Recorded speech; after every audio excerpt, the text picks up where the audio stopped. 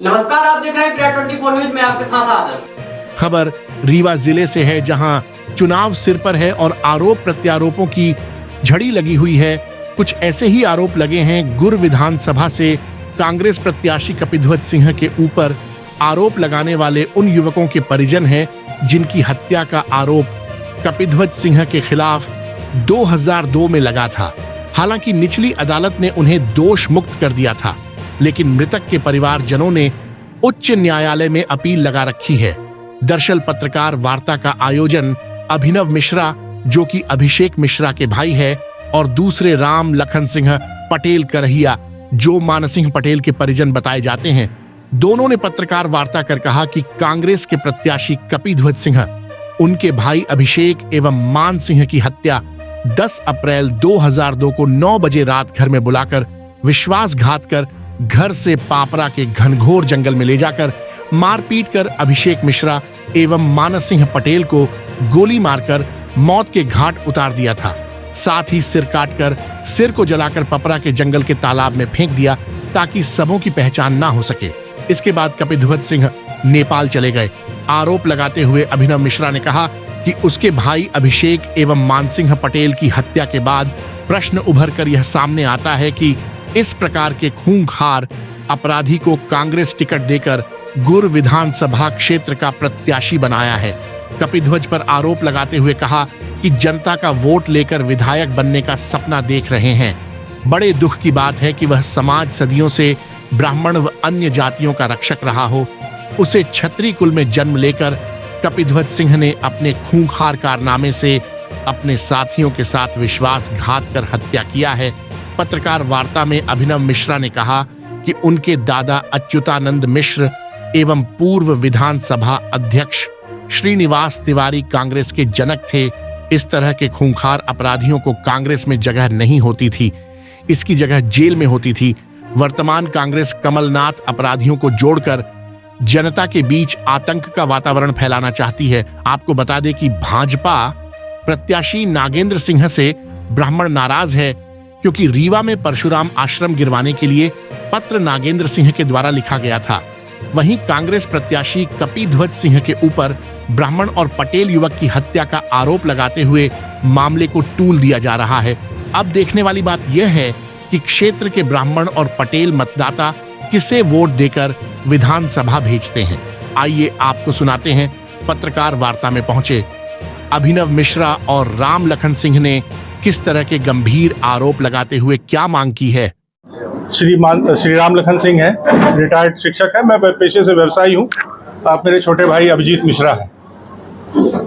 आप लोगों के सामने मैं एक पुरानी कहानी को फिर से रखना चाहता हूँ, और ये बात है 10 अप्रैल 2002 को, जब कपिध्वज सिंह ने मेरे भाई को बुलाया अपने नामजद साथियों के साथ और उनका अपहरण करके उनको पपरा के जंगल में ले गया। वहाँ उनकी उसने गोली मार के हत्या की। तदुपरांत उसने उनका सर काटा। सर काटने के बाद उनके शरीर को सीधी जिले के विभिन्न स्थानों पे फेंक दिया, और बाकी जो उनका सर बचा था उसको वापस पपरा के जंगल में ले जाके उसको नष्ट किया, और तदुपरांत वो यहाँ से फरार हो गया। और पुलिस के काफ़ी अथक प्रयासों से ऐसा कहा जाता है कि उसको नेपाल से गिरफ्तार करके रीवा लाया गया। उसके बाद उसके ऊपर सारी उसकी रिकवरी हुई, सब कुछ हुआ, पूरा मामला चला। जनवरी 2003 में उसको माननीय उच्च न्यायालय से जमानत मिल गई। उस जमानत के अगेंस्ट में मैंने सुप्रीम कोर्ट में माननीय सर्वोच्च न्यायालय में अपील की, और लगभग सितंबर, एग्जैक्ट डेट तो मैं नहीं बता, ध्यान नहीं है, लगभग सितंबर 2003 में माननीय सर्वोच्च न्यायालय ने उसकी जमानत अर्जी को खारिज कर दिया, उसकी जमानत को खारिज कर दिया, और ये कहा कि इसको जमानत नहीं मिलनी चाहिए थी। उसने और उसको तत्काल सरेंडर करना। उसने माननीय सर्वोच्च न्यायालय के आदेश की अवहेलना की, और तकरीबन 1.5 साल तक वो फरार रहा। फरारी के दौरान भी उसने एक आदि अपराध किए, पन्ना जिले में शायद।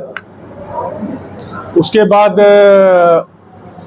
जब माननीय सर्वोच्च न्यायालय ने डीजीपी को पर्सनली प्रेजेंट होके, इस बीच में मान ली सर्वोच्च न्यायालय एसपी को बुला चुके थे पूछने के लिए कि वो अभी तक गिरफ्तार क्यों नहीं हो रहा है। लेकिन जब माननीय सर्वोच्च न्यायालय ने डीजीपी को बुलाया कि आप आके यहाँ बताएं कि ये फरार क्यों है, गिरफ्तार नहीं हो रहा है, तब पुलिस के दबाव के चलते उसने एक दिन पहले कोर्ट में सरेंडर किया। और उस पर माननीय सर्वोच्च न्यायालय ने ये टिप्पणी दी कि अगर यही स्थिति थी तो हमको डीजीपी को पहले बुला देना था, वो पहले सरेंडर कर देता। बहरहाल उसके बाद पूरा ट्रायल चला। ट्रायल चलने के बाद ये, चूंकि ये कोर्ट का निर्णय है, उसके विपरीत हम अपील कर सकते हैं और टिप्पणी नहीं कर सकते हैं। तो इसको ये बरी हो गया और उस पर हमने माननीय उच्च न्यायालय पे अपील दायर की। अपील भी शासन द्वारा नहीं, मेरे द्वारा दायर की गई, जिसको बाद में शासन ने ज्वाइन किया। आज वो अपील लंबित है। ये सब आपको बताने का उद्देश्य ये है कि उसको आज की डेट में, कपिध्वज को आज की डेट में कांग्रेस पार्टी ने गुर से अपना प्रत्याशी बनाया है, जो कि एक बहुत ही क्रूर किस्म का अपराधी है। उसको टिकट देके प्राथमिक स्तर पे ही कांग्रेस पार्टी ने जनता के साथ अन्याय किया है। जो आदमी बिना किसी पद पे रह के किसी भी अपराध को इस स्तर से क्रियान्वित कर सकता है, वो पद पे रहने पे किस स्तर पे जाएगा, इसकी कल्पना नहीं की जा सकती। ये कल्पना से परे ही है। यही नहीं, इसके अलावा भी इसके ऊपर कई अपराध हैं। इस घटनाक्रम में एक घटनाक्रम मैं आपको बताना भूल गया। माननीय सर्वोच्च न्यायालय के सरेंडर के बाद ये जेल में रहते 56 भोग में पाया गया था। वहां पे भी मैंने इसको जाके कन्फ्रंट किया कि भाई आज जब न पेशी न कुछ है तो ये यहाँ पे क्या कर रहा है। जिसमें माननीय फैज अहमद किदवई कलेक्टर साहब, एसपी वेद प्रकाश शर्मा जी मौके पे पहुंचे। कलेक्टर साहब ने अपनी रिपोर्ट भी प्रस्तुत की, लेकिन कोई कार्रवाई नहीं हुई। शासन प्रशासन को मैनेज करना, उनको हैंडल करना, ये बहुत अच्छे से जानता है। अगर ऐसे आदमी को पार्टी टिकट दे रही है, चुनाव में मैदान कर रही है, तो ये जनता के साथ अन्याय है। यही मेरा आपसे कथन है एवं आपके माध्यम से ये बात संदेश में गुड़ की जनता को पहुंचाना चाहता हूं कि ऐसे अपराधी को चुनाव से दूर रखें, जिससे कि उनका जीवन सुरक्षित रहे। कैसे याद आ गई आपको? नहीं, आप अगर आप ये देखें तो मैं निरंतर जिस स्तर पे उसका सामना करना चाहिए या विरोध करना चाहिए मैं कर रहा हूँ। क्या ये मुद्दे असत्य हैं? नहीं, न्यायालय ने बरी किया है। अपराधी कैसे हो गए? हाई कोर्ट में अपील लंबित है कि नहीं है?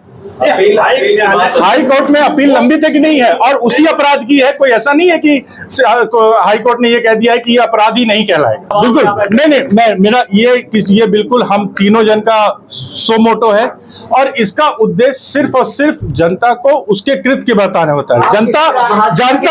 एक सेकंड, नहीं, जनता किसको वोट करती है, किसको नहीं वोट करती है, ये उनका निर्णय है। मेरा सुन लीजिए। नहीं, जनता किसको वोट करती है, किसको वोट नहीं करती है, ये जनता का निर्णय है, पर इसको वोट ना करे। मैं सिर्फ इतनी अपील कर रहा हूं। नहीं तो इसके पहले भी दो इलेक्शन हो चुके हैं। मैंने उन दो इलेक्शनों में भी गुड़ के लोगों से संपर्क किया था। लेकिन तब मैं आपको बिल्कुल स्पष्ट होकर बता रहा हूं, तब किसी राजनीतिक पार्टी ने इसको टिकट नहीं दिया था। एक बार ये निर्दलीय था, एक बार समाजवादी पार्टी मेरे जानकारी के अनुसार क्षेत्रीय पार्टी, राष्ट्रीय पार्टी नहीं। और इस बात का मुझे विश्वास था कि तब नहीं जीतेगा। लेकिन आज चूंकि एक राष्ट्रीय पार्टी ने इसको टिकट दिया है और जो पार्टी पूरे देश में जिसके लोग हैं, जिसका प्रतिनिधित्व है, प्लस इस राजनीतिक पार्टी से मेरा पारिवारिक जुड़ाव रहा है। मेरे बब्बा स्वर्गीय अच्युतानंद मिश्रा इससे विधायक रहे हैं, मेरे चाचा उदय प्रकाश मिश्रा इससे विधायक रहे हैं। और मैं ऐसा मानता हूं कि इस पार्टी को मेरे परिवार के बारे में सोचना चाहिए कि जिस परिवार के लोग उनसे पूर्व से जुड़े थे, उन परिवार के लड़के के हत्यारे को इन्होंने टिकट दिया है। तो इसलिए मुझे आज ये जरूरत लगी कि भाई मैं इस चीज को, आपका इलेक्ट्रॉनिक मीडिया बहुत सीमित था, सोशल मीडिया बहुत लेटली एक्टिव, उस वक्त सोशल मीडिया नहीं था। आज आपका जो वोटर है वो 20 साल, मतलब लगभग उस वक्त जो 10 साल का आदमी रहा होगा वो आज 30 साल का है। तो आप ये मान के चलिए कि 18 से 30 साल का आदमी इस घटना से वाकिफ ही नहीं होगा। 18 से 30 साल का आदमी इस घटना से वाकिफ ही नहीं होगा, उसके स्मरण में ये बात ही नहीं होगी। और कपिल ध्वज अपने प्रचार में ये नहीं कहता होगा कि मैंने एक ब्राह्मण और एक पटेल लड़के की हत्या की, उनका सर काट के अलग फेंका, शरीर अलग फेंका। वो अपने प्रचार में ये नहीं बताता होगा कि मैंने सुप्रीम कोर्ट के आदेश की अवहेलना करते हुए आप समाज से जोड़ रहे हैं, तो ऐसा क्यों लग रहा है कि आप समाज के लिए वोटिंग कर रहे हैं? सॉरी, समाज से क्यों जोड़? क्या मैं समाज से बाहर हूँ? आप बोले ब्राह्मण क्यों? समाज नाम लीजिए ना। हाँ, अभिषेक मिश्रा नाम मान सिंह पटेल और अभिषेक मिश्रा की हत्या करके सर अलग फेंका, शरीर अलग फेंका और उन्हीं की हत्या की जमानत खारिज हुई तो 1.5 साल फरार हुआ। क्या ये जनता को जाके बताता होगा कि मैं 1.5 साल सुप्रीम कोर्ट के आदेश की अवहेलना करके सुप्रीम कोर्ट से हुआ? सुप्रीम कोर्ट तो अभी अपील ही नहीं पहुंची।